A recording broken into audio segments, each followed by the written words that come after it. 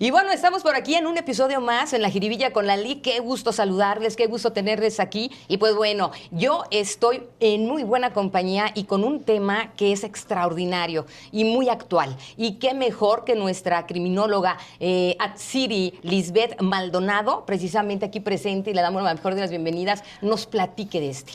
Muchas gracias, Lick. Pues sí, la verdad, un tema muy interesante y muy sonado últimamente, la crisis de los 20, que lo vemos en las redes sociales y vamos a platicar un poquito cómo está este tema últimamente. Me encanta la idea, porque yo he escuchado crisis que a los 30, 40, 50, pero ahora A los 20. 20 años. ¿Cómo es esto? Así que no se desconecte, nosotros iniciamos con esto que es La Jiribilla con la LIC. Bienvenidos.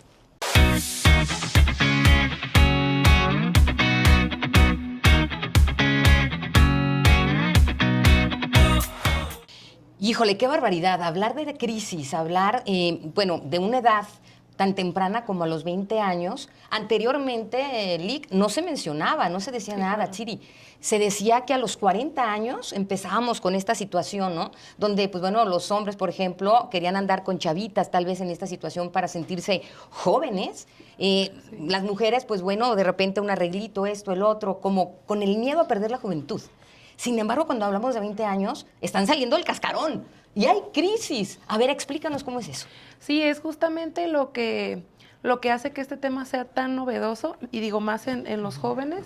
Se habla de una crisis muy temprana. Nos dice un psicólogo que es Jeffrey Arnett, que nos dice que su nombre correcto es adultez emergente. Lo conocemos como crisis de los 20 popularmente, y bueno, es una crisis que se caracteriza por una transición entre la adolescencia y la adultez. El joven presenta una baja autoestima, una comparación constante. Y aquí me gustaría mucho puntualizar, Milik, que este no es un trastorno, sino es un proceso. Y es justamente esto lo que vamos a ir platicando a lo largo de esta charla, el por qué duele tanto este proceso, y que no es solamente un tema social, no es solamente un tema popular en redes, sino en algún punto se convierte en un tema de seguridad para nuestros jóvenes hoy en día. ¿Qué tal? Ahí la criminología. Sí, justamente es donde entra el enfoque criminológico y hasta cierto punto victimológico también, ¿no? Porque vemos al joven como una víctima vulnerable. Wow, y me encanta que estás dejando las cosas bien claras, Atsiri. O sea, estamos hablando de una situación que es un proceso para a la adultez, no es un trauma, porque luego lo podemos confundir y queremos que el muchacho, pues bueno, haga diferentes cosas a las que realmente tiene que enfrentarse para superar esta transición. Sí, así es. Entonces, ¿nosotros cómo nos podemos dar cuenta cuando ellos están en crisis, nuestros muchachos de 20 años? Bueno, de pronto es muy complicado porque a esta edad suelen padecer mucho estas cuestiones de depresión, de acciones autolesivas y demás. La comunicación lo es todo. Y justamente es un tema que, digo, dentro de lo malo es bueno que el joven lo externa. El joven sí platica, dice, estoy confundido, tengo una incertidumbre, no sé qué hacer, no sé si valió la pena todo esto que ya hice, no sé qué decisión tomar. Y es muy importante no tomarnos a la ligera esto. Digo, desde un enfoque criminológico, lo vemos más allá que una cuestión emocional. El joven trata de colocarse, y esto es bien curioso, Milik, tratan de buscar un lugar en la sociedad. Sí. Esto es lo que de pronto nos lleva a la raíz de estas cuestiones de seguridad. El joven busca un estatus social o algo que lo identifique dentro de, y es donde empieza todo este cuestionamiento, toda esta crisis de quién soy, de si lo estoy haciendo bien, por qué él sí, por qué yo no. Es ahí donde lo podemos identificar porque el joven lo externa.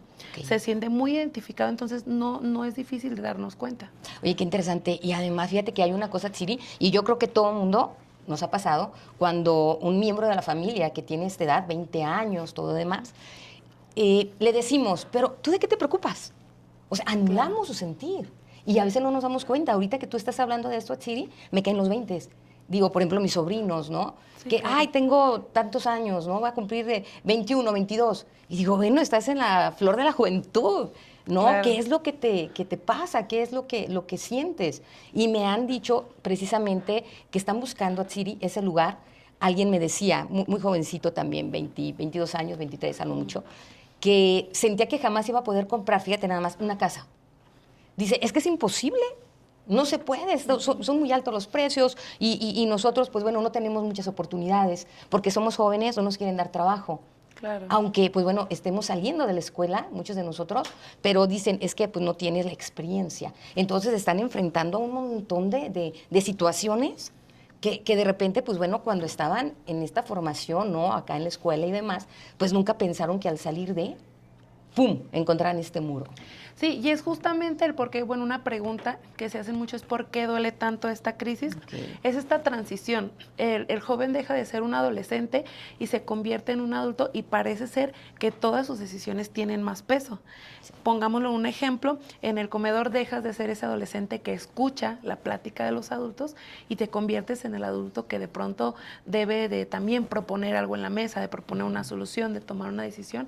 Entonces eso pues nos aterroriza, ¿no? O sea, nos hace chiquitos porque entre ese miedo de, bueno, no sé qué decisión tomar y si la tomo y es una mala consecuencia, no sé cómo voy a actuar. Y justamente eso que dices, de pronto los adultos de pronto de la casa juzgamos, ¿no? Juzgamos sí. Esa parte malamente, decir, bueno, tú de qué te preocupas, si tienes 20, si estás joven y demás. Y es un factor muy importante, digo, para entender un poquito más esta crisis, a mí me gusta dividirla en 4 ejes. Ok.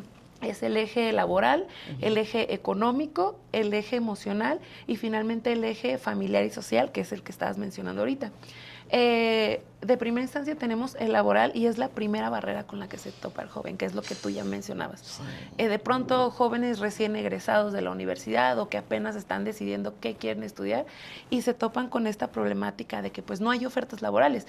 Y esto es una cuestión muy social porque es una realidad. De hecho, o sea, vivimos en un país donde las ofertas laborales pues son muy escasas, las que hay de pronto no tienen buena remuneración económica, cargas laborales muy pesadas, entonces es ahí donde el joven enfrenta su primera problemática. Dice, no hay trabajo, me piden experiencia, o si ya salí de la universidad, todo esto que aprendí educativamente no lo ejerzo, no vale la pena. Entonces, eso es la primera barrera que se topan y de ahí se desglosa el segundo eje, que es el económico, ¿no? Al no tener el joven una estabilidad laboral, pues entra en una crisis económica. Aquí influye mucho, Milik, la cuestión de redes sociales, ¿no? Las redes sociales nos han vendido últimamente pues una vida muy consumista, donde relacionan y relacionamos el éxito con viajes, con lujos, con estas compras excesivas. Entonces está nuestro joven en una crisis ya de por sí, entra a redes sociales y ve cosas que no puede conseguir en esta cuestión económica.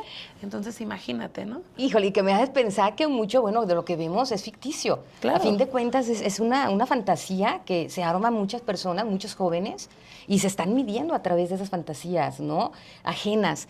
Y claro que pues hay un choque, porque yo no puedo tener lo que tiene, por ejemplo, fulanito, fulanita, y eso obviamente repercute al ánimo. Y una cosa, Atsiri, ¿qué hacer, por ejemplo, nosotros también como adultos, ¿no? Porque a fin de cuentas ellos siguen siendo pues, adolescentes, sí, ¿no? Claro. Entonces, pues, ¿cómo poder apoyarlos en esa parte precisamente de redes, donde yo veo que el consumismo, como bien dices, está a la orden del día. Y yo también caigo a consumismo.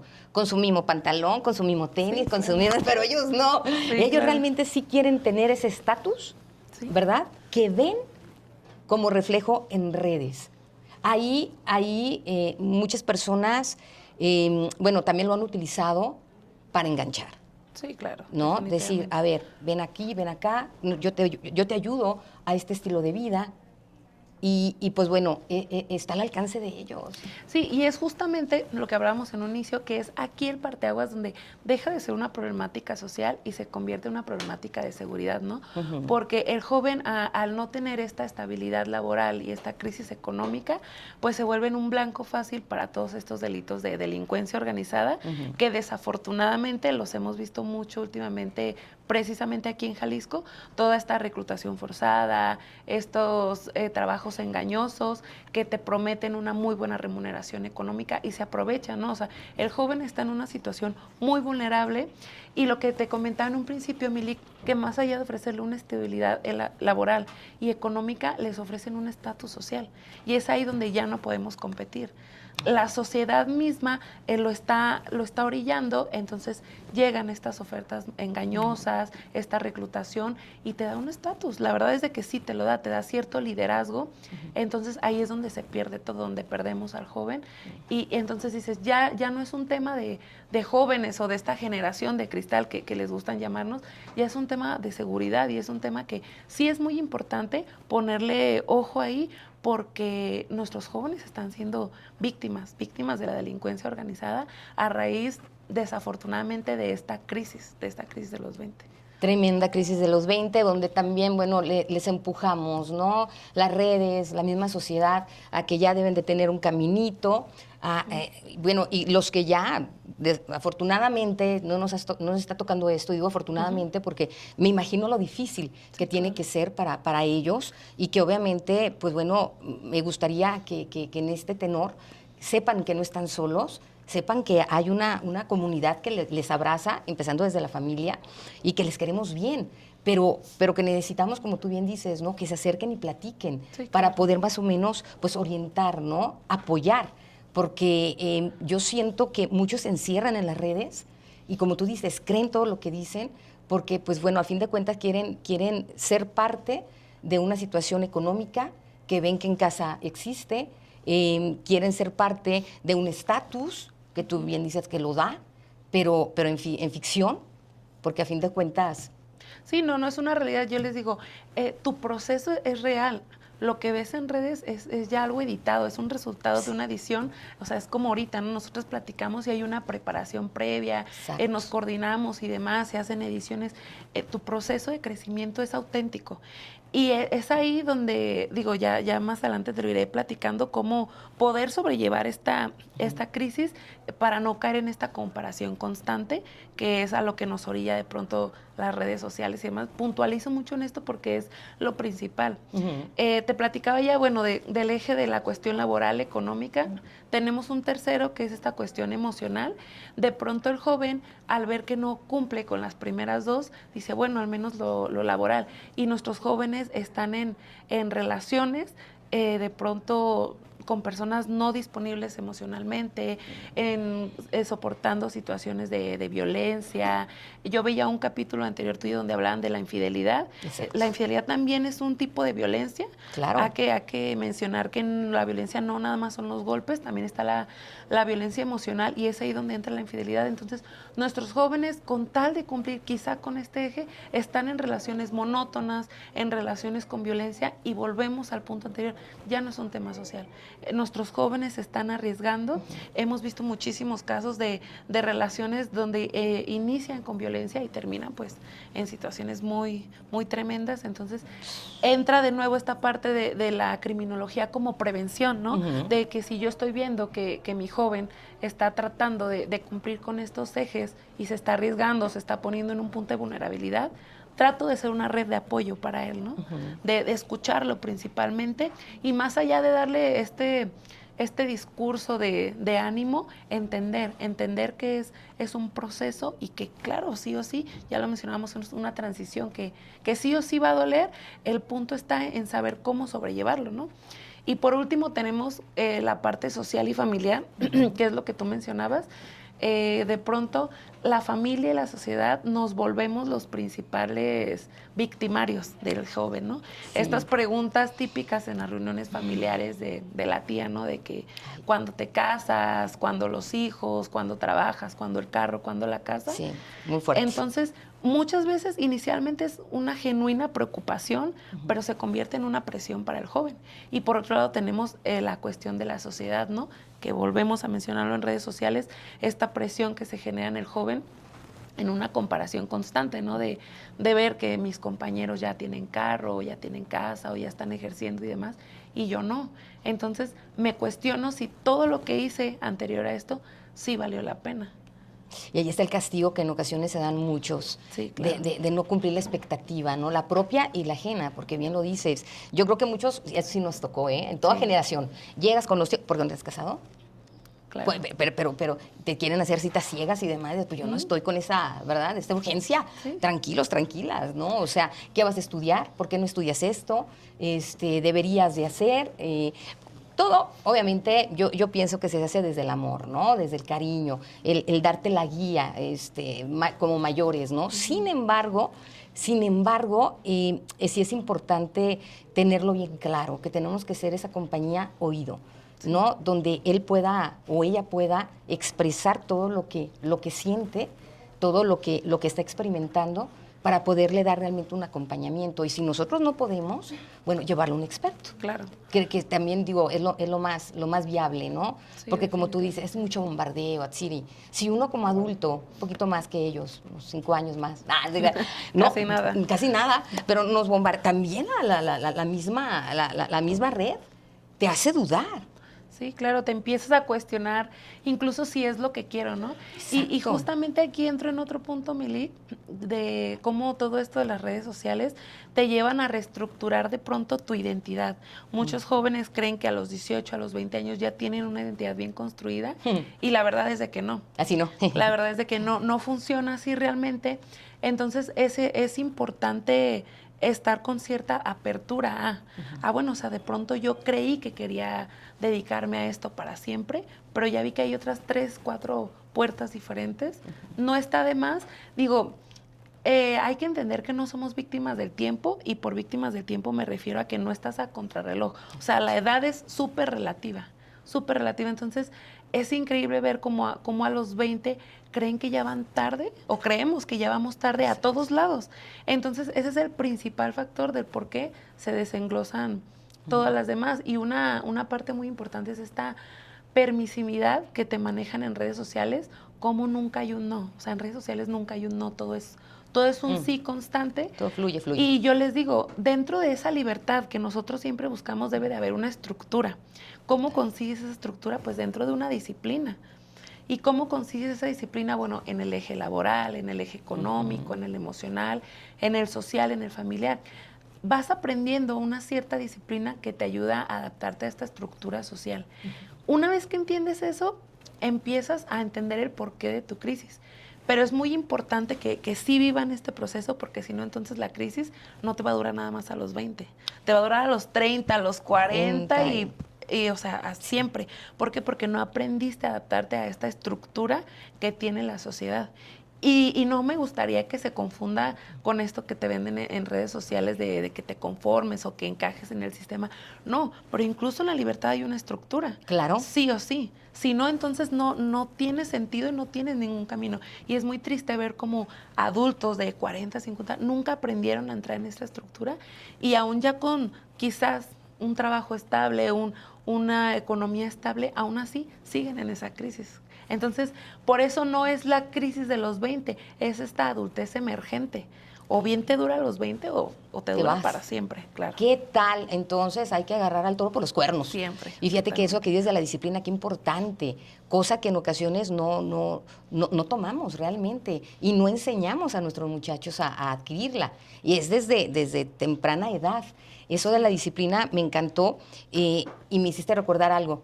Había un capitán, no sé, general, no sé qué rollo, y estaba hablando de eso, que a él desde muy chiquito le encomendaron algo, hacer las labores en su cuarto como mínimo. Dice, y eso me ayudó mucho, porque al momento de tú disciplinarte a hacer las cosas, no solamente ya va a ser en tu cuarto, a darle orden a tu espacio, va a ser en tu cuarto, en tu casa, fuera de casa, en tu vida, dentro. Y esto, obviamente, híjole, es una enseñanza única. Ese es un regalo que se nos da. Así que no tengan miedo de poner a sus hijos a hacer su cama, porque luego decimos, ay, pobrecitos. No, les están enseñando esto llamado disciplina. Sí, claro. Y esto, pues bueno, tú lo acabas de decir, ¿verdad? La importancia que tiene. Sí, nos ayuda a adaptarnos a esta estructura social que de pronto, como tú lo mencionas, dejan de ser estas tareas del hogar y se convierten en cómo resolver tu vida día a día. Y digo, ahí ya entramos en cómo puede sobrellevar el joven esta crisis, porque no es algo que se pueda brincar. Digo, una vez que el joven se da cuenta que está en esta crisis, lo único que queda es, bueno, ¿cómo la manejo? principalmente es descentraliza tu contexto. A ver, me dejo de comparar, que es muy difícil, la verdad es de que es muy difícil porque es algo de todos los días, ¿no? Todo el tiempo nos estamos comparando, pero es lo principal. Dejo de compararme y me enfoco, digo, bueno, mi contexto es muy diferente. Y a lo que te mencionaba, no soy víctima del tiempo, o sea, los 20, los 30 son muy relativos. Entonces, yo estoy en mi propio proceso y de ahí que sigue. Yo les digo mucho, tomar decisiones pequeñas. No hay que tener la vida resuelta porque la vida no se resuelve jamás. Siempre hay cosas que hacer, siempre hay decisiones que tomar, siempre hay un pendiente. Pero si tú empiezas a tomar estas decisiones pequeñas, de pronto te encuentras en una situación donde tu vida entonces ya no está tan desordenada. Qué bien. O sea, digo, bueno, tomo esta pequeña decisión, le empiezo a dar un sentido a mi vida. Y finalmente, Emily, pues esta red de apoyo que ya lo mencionamos, si yo siento que en algún punto esto se me está saliendo de las manos, no está de más buscar terapia y como tú mencionabas, que se den cuenta que hay una comunidad gigante, o sea, son muchísimos jóvenes los que están pasando por esta situación. Entonces, platicar y conversar te hace darte cuenta que no eres el único. Entonces, eso te apoya mucho a esta parte de no estarnos comparando y decir, bueno, no soy el único, no estoy tan mal, no soy raro, no me está pasando algo muy diferente. Y entiendo mi proceso y lo vivo y lo disfruto incluso, Milik, porque incluso dentro de esta crisis hay que disfrutar este proceso. Me encanta la idea y me hiciste recordar de algunas marcas que nosotros tenemos así como que mega top, que iniciaron a una edad ya va más grandecita, de los 20, 30, 40. ¿Verdad? Hasta un señor que por ahí en venta de pollos y demás, ¿verdad? Que es un máster y que de repente, pues bueno, como tú decías, o sea, ¿qué es el tiempo? Cierto. ¿En qué momento? Si siempre al momento de tener vida tenemos la oportunidad. Y como tú dices, es padrísimo el poder disfrutar este proceso, pero realmente disfrutarlo. Pero para eso, si es necesario, hay que trabajarlo. Oye, y ya tienes preguntas del público. Ver, fíjate, tengo 24 años y siento que voy súper atrasado en la vida. ¿Qué tal de lo que nos hablabas, Atsiri? Mis amigos ya se graduaron, ya ellos ya están, ¿verdad?, ejerciendo. Algunos ya hasta tienen carro y trabajo estable. ¿Qué tal? Y bueno, yo sigo sin saber qué quiero. Intenté una carrera, la dejé. Estoy trabajando en algo que ni me gusta. Y bueno, me da ansiedad ver sus historias. Fíjate, ¿a qué grado? ¿Es normal sentir que ya se me fue el tiempo? Bueno, yo creo que aquí te fijas cómo se cumplen todas estas características de esta crisis de los 20. Y lo primero que ya mencionábamos es, yo le diría, deja de lado esta comparación, ¿no? Y en segunda instancia, ¿realmente quieres eso o solamente es lo que ves que los demás tienen? O sea, ¿realmente tú quieres ese carro, tú quieres este otro trabajo, tú quieres vivir esa vida? ¿O quién dijo qué? ¿Quién dijo que debería de ser así o cómo debería de ser así? Eso es lo principal y lo que platicábamos de tomar decisiones pequeñas. Bueno, aquí ya vimos que hay muchos, o estás cumpliendo con los 4 ejes de tu vida que sientes que quizás no están funcionando. Empieza a tomar decisiones pequeñas y esta otra estructura de, bueno, ¿por qué no me gusta mi trabajo? ¿Porque me exige cierta disciplina o porque no cumple con lo que yo inicialmente me quería dedicar? Y hablábamos de este tema de la identidad, ¿no? Empieza a reconstruir tu identidad porque lo que quieres a los 25, a los 28, a los 30 no es lo mismo que querías a los 17 o a los 18. Sí o sí va a cambiar. Entonces, entender que está bien este cambio es lo ideal y entender que tu proceso es individual, 100% individual, te va a ayudar mucho a reducir esa ansiedad. Y digo, si ya estamos hablando de una ansiedad un poquito más fuerte, no está más buscar esta red de apoyo, esta terapia y demás, y nos va a ayudar, ¿no? Esta comunicación, esto sentirnos liberados de esto, nos ayuda mucho a resolver esta parte. Ay, perfecto, qué mejor que escucharte a ti. Mira, hasta yo me relajé. Sí, ¿verdad? Ya no me voy a andar comparando ni voy a andar queriendo lo que no. Ay, porque a veces también, te digo, nos pasa a los más grandes. Ahora digo a los más chicos, yo no nací con el celular ni con redes, yo creo que muchos de nosotros no, pero ustedes sí, muchos de ustedes sí, ya nacieron con esto y todo lo que se les exige, se autoexigen y como dices, ¿no? En ocasiones hasta sin querer en la misma familia, híjole, le estamos dando hasta el peso, ¿no? Claro. De por sí ellos con la exigencia y nosotros, ¿y cuándo? ¿Y por cuándo? qué? ¿Y qué rollo? Por ejemplo, cuando los chavos empiezan a decir, ¿sabes qué onda? Yo no me quiero comprometer ni quiero tener hijos. No, hombre, nunca falta. Pero Siempre. ¿cómo voy a creer eso? Yo quiero ser abuelita. ¿Cómo voy a creer eso? Yo quiero ser tía. ¿Cómo voy a creer eso? Pero es una decisión propia. Claro. y que desafortunadamente, pues bueno, algunos tratamos de dar nuestro punto, que debería de ser mejor, más pensado, antes de decirlo, mejor escuchar, y el por qué no. No, y es que después tiene Sí. su impacto, por tomar estas decisiones bajo la presión de cumplir un parámetro, tarde o temprano te va a cobrar factura. O sea, porque si inicialmente quizás tú no querías tener hijos y lo hiciste orillado a una presión, tarde o temprano pues hay sus consecuencias, porque vuelve esta crisis, que era lo que mencionamos, no es meramente de los 20, luego entras a los 30, a los 40 y te cuestionas el por qué lo hice, o sea, por qué tuve hijos si yo realmente no quería, o por qué estudié esto si yo realmente quería estudiar esto otro, pero tienes 20. Y luego, aparte, digo, es una edad donde se toman decisiones muy importantes o eso nos obligan a hacer, ¿no? De pronto, entonces, pues no hay una presión y esos comentarios, desafortunadamente, diario los escuchamos y es una tarea del día a día, Emily. O sea, una tarea del día a día, trabajar en esta cuestión de no me comparo, por más que me cueste hacerlo, ser conscientes de ese individualismo que tenemos. Me encanta, Tsiri, porque mira, cuando de repente uno empieza con esas comparaciones, alguien me dijo algo, a ver si estás de acuerdo, y ustedes también, platicar conmigo misma.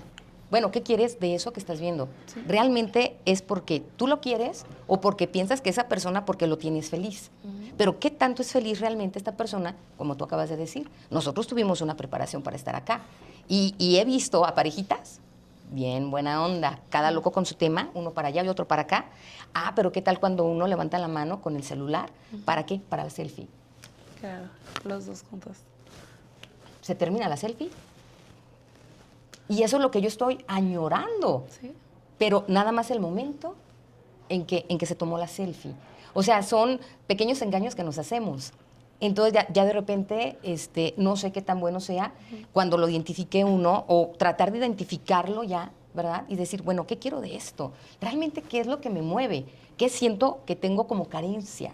Y sobre eso, pues, trabajarlo. Sí, justamente. Y digo, si nos tomamos el tiempo de escuchar a todos, también hay que escucharnos a nosotros mismos, ¿no? O sea, escuchamos a todo, escuchamos en redes sociales a todos los influencers, a todas estas personas que te motivan, escuchamos a la mamá, a la tía, a los amigos, pero no nos tomamos el tiempo de escucharnos a nosotros, decir, bueno, ¿pero qué quiero?